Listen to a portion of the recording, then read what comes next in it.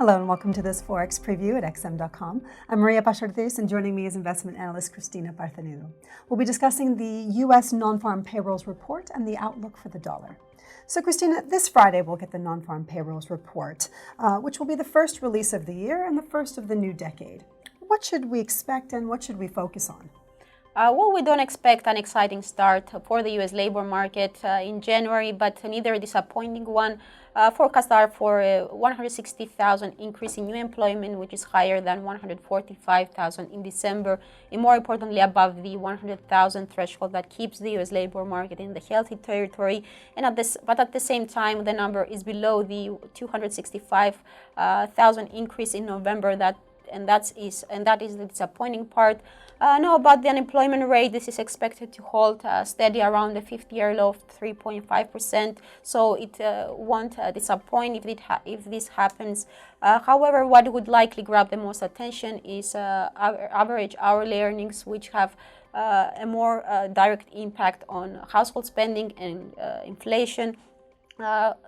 Trade uncertainty has taken a backseat for now, but fears of a growth slowdown in the first quarter remain in place because of the Boeing's production suspension of the 737 jetliner, and of course because of the coronavirus, which is closely watched for any negative impact on the global and domestic demand. So any measure that affects consumption, which controls most of the U.S. growth, will be closely watched, and average hourly earnings are one of them.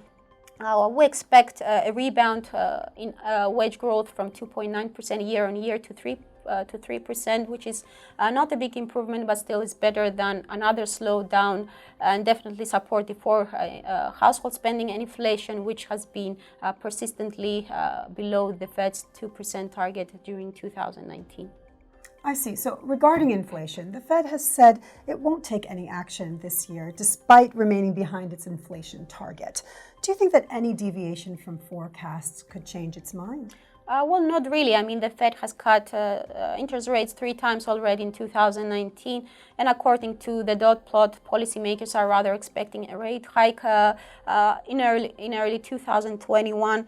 So probably the central bank will remain neutral this year and wait and see how the U.S. economy will respond to the 3 rate cuts and the phase 1 trade deal between the U.S. and China before changing its monetary stance. Now, if GDP growth and inflation remain at low levels or weaken further, then the central bank will likely deliver another rate cut.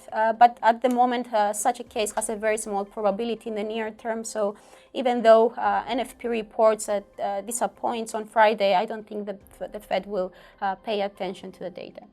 And finally, looking at FX markets, how do you think the dollar will react, given that the Fed is not expected to change its stance? Well, markets currently have a different view on interest rates than the Fed has, even though Powell said that interest rates will remain low. In 2019, markets are still believe that a rate cut could be possible by the end of this year. As we said before, such a case has a very small probability. So if the data come in better than expected, pushing these odds lower, then we may see another rally in the dollar. However, if the report comes weaker than expected, then the odds will increase, and that will push the dollar backwards instead. Cristina, thanks so much for joining me, and thanks for watching at XM.com.